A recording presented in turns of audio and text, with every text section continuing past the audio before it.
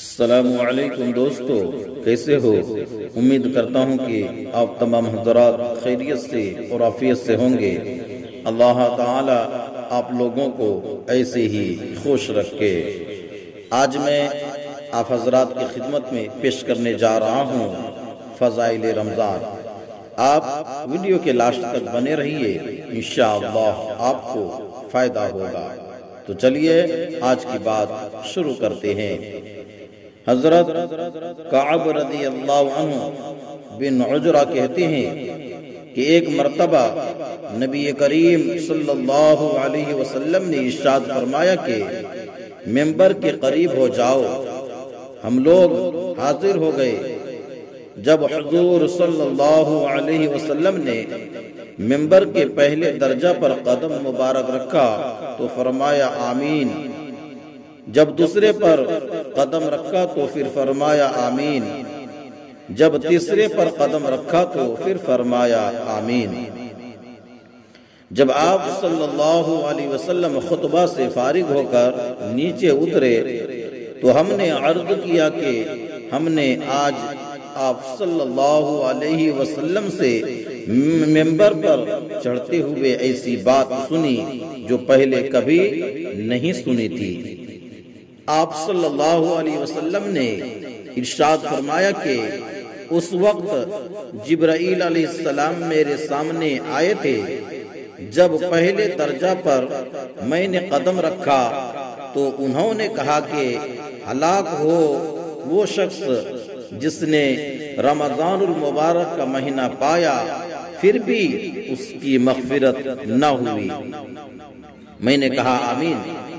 پھر جب میں دوسرے درجہ پر چڑھا تو انہوں نے کہا ہلاک ہو وہ شخص جس کے سامنے آپ صلی اللہ علیہ وسلم کا ذکر مبارک ہو اور وہ درود نہ بھیجے۔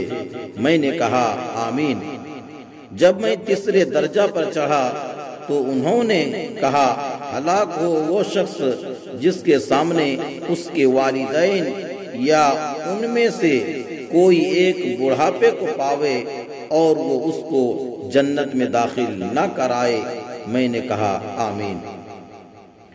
اس حدیث میں حضرت جبرائیل علیہ السلام نے 3 بد دعائیں دی ہے اور حضور اقدس صلی اللہ علیہ وسلم نے ان تینوں پر آمین فرمائی۔ اول تو حضرت جبرائیل علیہ السلام جیسے مقرب فرشتے کی بد دعا ہی کیا کم تھی، اور پھر حضور اقدس صلی اللہ علیہ وسلم کی آمین نے تو جتنی سخت بد دعا بنا دی وہ ظاہر ہے۔ اللہ ہی اپنے فضل سے ہم لوگوں کو ان تینوں چیزوں سے بچنے کی توفیق عطا فرماوے، آمین، اور ان برائیوں سے محفوظ رکھے، آمین۔ ورنہ ہلاکت میں کیا تردد ہے۔ در منصور کی بعض روایات سے معلوم ہوتا ہے کہ خود حضرت جبرائیل علیہ السلام نے حضور اکرم صلی اللہ علیہ وسلم سے کہا کہ آمین کہو، تو حضور صلی اللہ علیہ وسلم نے فرمایا آمین، جس سے اور بھی زیادہ اہتمام معلوم ہوتا ہے۔ اول وہ شخص کے جس پر رمضان المبارک گزر جائے اور اس کی بخشش نہ ہو، یعنی رمضان المبارک جیسا خیر و برکت کا زمانہ بھی غفلت اور معاصی میں گزر جائے کہ رمضان المبارک میں مغفرت اور اللہ جل شانہ کی رحمت بارش کی طرح برستی ہے۔ پس جس شخص پر رمضان المبارک کا مہینہ بھی اسی طرح گزر جائے کہ اس کی بداعمالیوں اور کوتاہیوں کی وجہ سے وہ مغفرت سے محروم رہے تو اس کی مغفرت کے لیے اور کون سا وقت ہوگا اور اس کی ہلاکت میں کیا تعامل ہے۔